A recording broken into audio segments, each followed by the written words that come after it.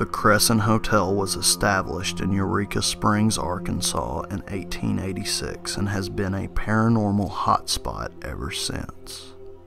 This creepy Victorian hotel has been on many lists as one of the most haunted places in America. Often being called the Grand Old Lady of the Ozarks, this establishment may never be overshadowed by the ghosts of its past. Eureka Springs was once a big-time resort destination for people in the late 1800s and early 1900s. The warm spring water attracted an assortment of people who shared different culture, creed, race, and faith, thus creating this unique town that many still visit to this very day. Since its construction, it has since been a hotel, spa, served a short time as a women's conservatory in the 1920s, and even as a cancer hospital. Tragedy befell the Crescent Hotel immediately during its construction. A stonemason by the name of Michael fell to his death. It has been said that his body was recovered in what is now room 218. During its time as a women's conservatory, a young lady hanged herself from one of the balconies. Her body wasn't discovered until the following morning. The darkest shadows in the hotel's past, though, had to be during its run as a cancer hospital. A man who went by the name Dr. Norman Baker bought the old hotel in 1937 and reopened it as the Baker Cancer Hospital. The only problem was, Norman Baker wasn't a real doctor. Many rumors and allegations arose during the building's 3-year run as a quote-unquote medical facility. There were reports that this false doctor claimed that he had discovered the cure for cancer.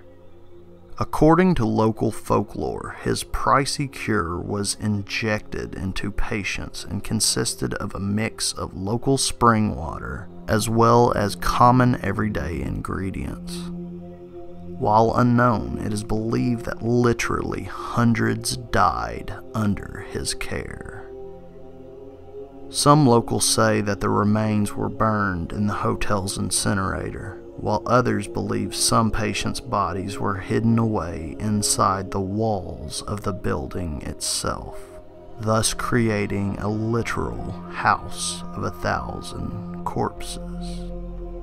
Either way, human remains have since been found on hotel grounds. Patients' families would contact Baker asking of their loved ones. He would simply reply by saying, "All is well, I'm glad you contacted me, because payment is due. Please send your payment to Baker Cancer Hospital. Signed, Dr. Norman Baker." It is said that these replies would be sent out whether the patient was living or recently deceased. Baker was seen by his peers as a con artist and a quack. That being said, though, he was known as a tough-nosed businessman and being smart with his money. Matters get creepier when it was discovered that this was in fact his second hospital.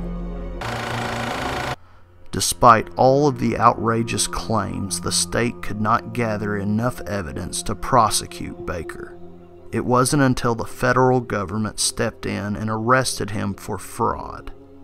Baker served time in a federal penitentiary for signing his name, Dr. Norman Baker, without having any official medical license. He died many years later. After the facility's years as a hospital, it lay dormant for a while. It wasn't until much later that the Crescent was bought and restored to its former glory as a hotel and spa. It has been open to the public ever since. I've actually been fortunate enough to visit the Crescent Hotel myself on several occasions, and I will say this much.